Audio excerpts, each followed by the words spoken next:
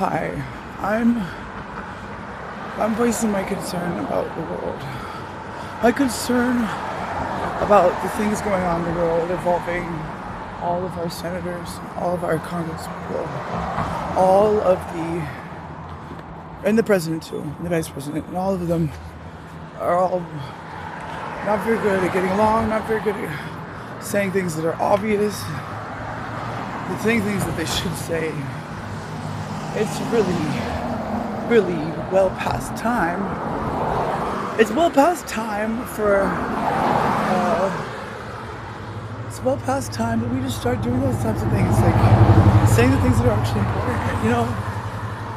I don't know why they're doing it. Just go on and say the things that are important that actually are true, even if they're not good about about themselves. And that's why it's like. That's how I can tell. That's easily how I can tell.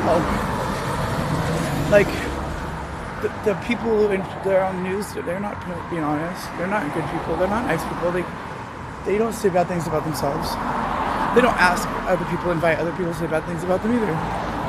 Like, same with anybody who's in charge of stuff. Like, they really care. Here's the thing. When you're in any kind of relationship with somebody, and I don't mean just boyfriends, don't mean girlfriends, not real romantic. But when there's somebody you have a relationship with, and if they care about you, and if you care about them, it means you encourage there to be open, candid, frank communication and dialogue. Not dialogue that's where you have to be afraid to say something. That's not the healthiest relationships. So when you have relationships with, as a politician, you have relationships with really everybody, because politicians they're supposed to be helping the community, helping the constituents. And when they're not encouraging all the people that they have relationships with, which is the whole entire, the whole state or the whole country, to be honest with them or to give feedback, that means they're not being healthy. Because right now, none of the politicians are being healthy, because none of them are encouraging this. There's not a single healthy politician that encourages stuff like this. They just don't. So if you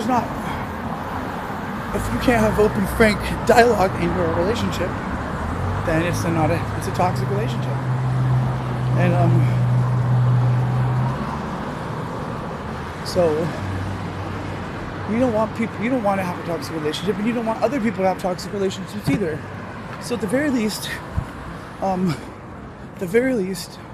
politicians, senators, legislators, they could encourage other people's relationships to have open, frank, non-toxic dialogue or whatever, but they don't. So they don't encourage. They're all toxic themselves, and they don't encourage the other people to be not toxic. So we have a bunch of senators being toxic and not wanting other people to not be toxic, and so it's really pretty bad. It's really pretty bad. I think we need to admit that our entire country, the politics in it.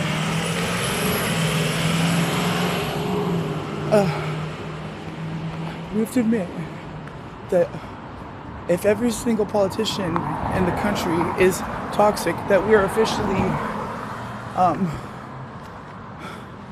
that our government is officially toxic, 100% official. And I feel like this is the building blocks that's the foundation for fixing things, is if we can just start with a universal acceptance of a truth that everybody will be able to agree. Like, we need to come up with a definition of what a toxic government is, and then figure out if we qualify as a toxic government.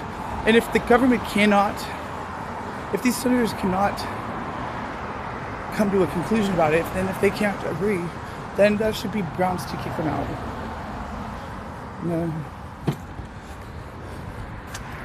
Saying things that if the government can all agree about something,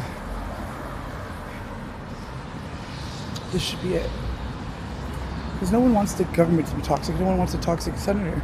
And if senators can't work together and come up with what it means to be toxic officially, then it's toxic. That's all.